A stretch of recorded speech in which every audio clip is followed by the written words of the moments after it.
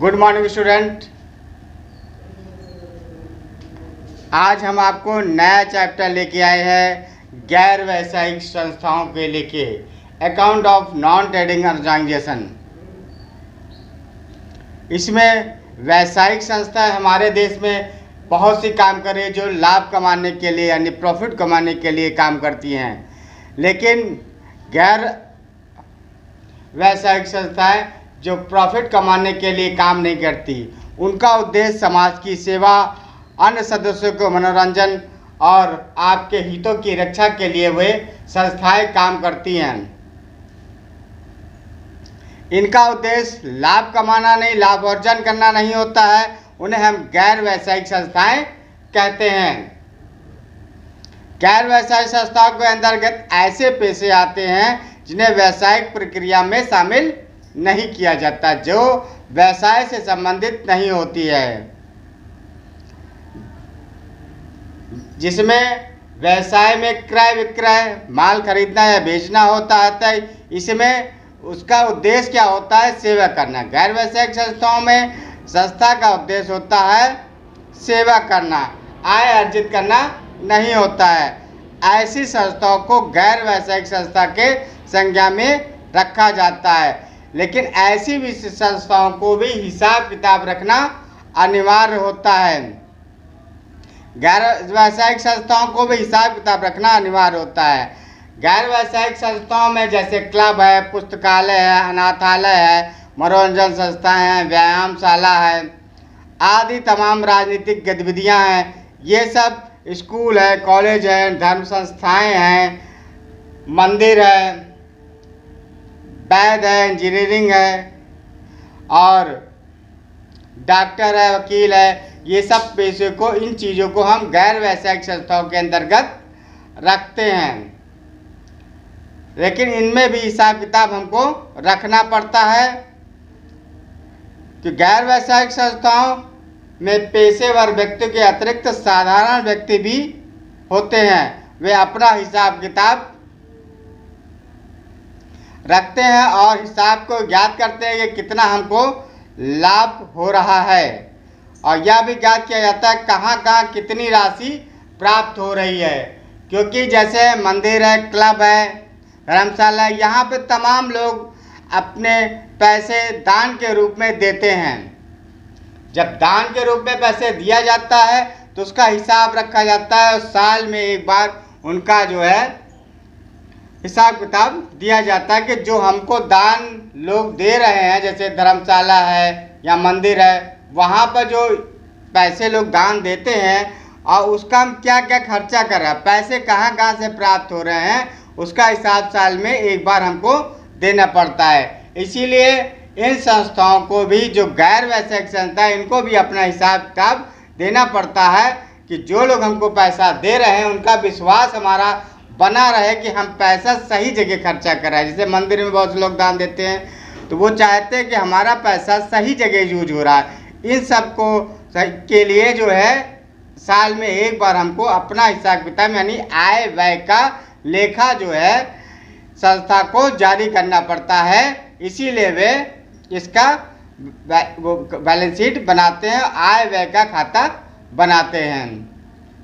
इसमें कुछ प्रमुख चीज़ें हैं जिनको हमको ध्यान देना, कुछ प्रमुख पॉइंट हैं। जैसे है डोनेशन है, तो डोनेशन दो प्रकार के होते हैं। एक जो है परमानेंट डोनेशन होता है, जो एक मुफ्त राशि दी जाती है। एक हमारा होता है जो रोज़ हम मंदिर में जाके चंदा देते हैं। इस तरह के तमाम पॉइंट हैं, इनको हम डिस्कस करेंगे कि इनका कहाँ पर रखा जाता है। ये आय में आते हैं, व्यय में आते हैं या बैलेंस शीट में आते हैं। आइए देखते हैं, इन सब कुछ प्रमुख मुद्दे हैं जो आपके आगे क्वेश्चन में काम आएंगे। उन पॉइंट पर ध्यान देते हैं। गैर व्यावसायिक संस्थाओं में आय व्यय खाता बनाया जाता है। आय व्यय खाता से आशय होता है कि गैर व्यावसायिक संस्था व्यावसायिक व्यक्ति अपनी आय व्यय की स्थिति को ज्ञात करने के लिए बनाता है कि उसका उद्देश्य होता है आय व्यय तैयार करना, कि उसका उद्देश्य लाभ कमाना नहीं होता है। वे अंत में ये जानना चाहते हैं कि कितना उनको प्रॉफिट हो रहा है या कितना उनको लॉस हो रहा है, ये जानना नहीं होता, इसलिए नहीं तैयार करते हैं। गैर व्यावसायिक संस्थाएं व्यावसायिक व्यक्ति या समान व्यक्ति वर्ष के अंत में ज्ञात करने के लिए करता है कि कितनी आय हो रही है, कितना व्यय हो रहा है, कि आय व्यय में कितना अंतर है, आय अधिक है कि व्यय अधिक है। उसी हिसाब से वे अपना अंतर ज्ञात करने के लिए इसको आय व्यय खाता तैयार करते हैं।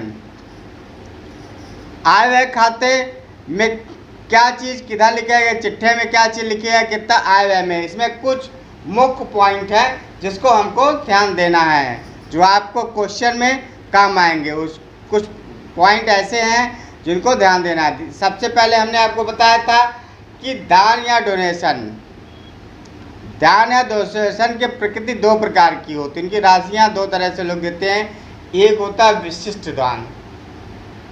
विशिष्ट दान वो होता है जो एक साथ एक मोटी रकम जो है, बड़ी रकम जो लोग दान में देते हैं, जैसे पुस्तकालय में या खेल के मैदान में, मंदिर में या मंदिर बनवाने में बड़ी रकम दी जाती है, तो उसको हम जो है अलग रखते हैं। और एक रकम वो होती है दूसरी जो डेली यूज के लिए हमको पैसे प्राप्त होते हैं, वो हमको जो है अलग रखा जाता है।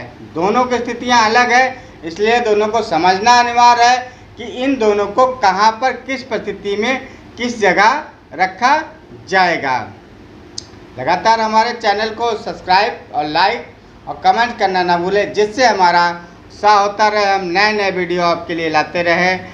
और विद्यार्थियों, इस चैप्टर को भी ध्यान से आप देखिएगा और समझने का प्रयास करिएगा कि कौन सी राशि किस जगह रखी जाती है। ये भी यूपी बोर्ड में क्वेश्चन एक आता है।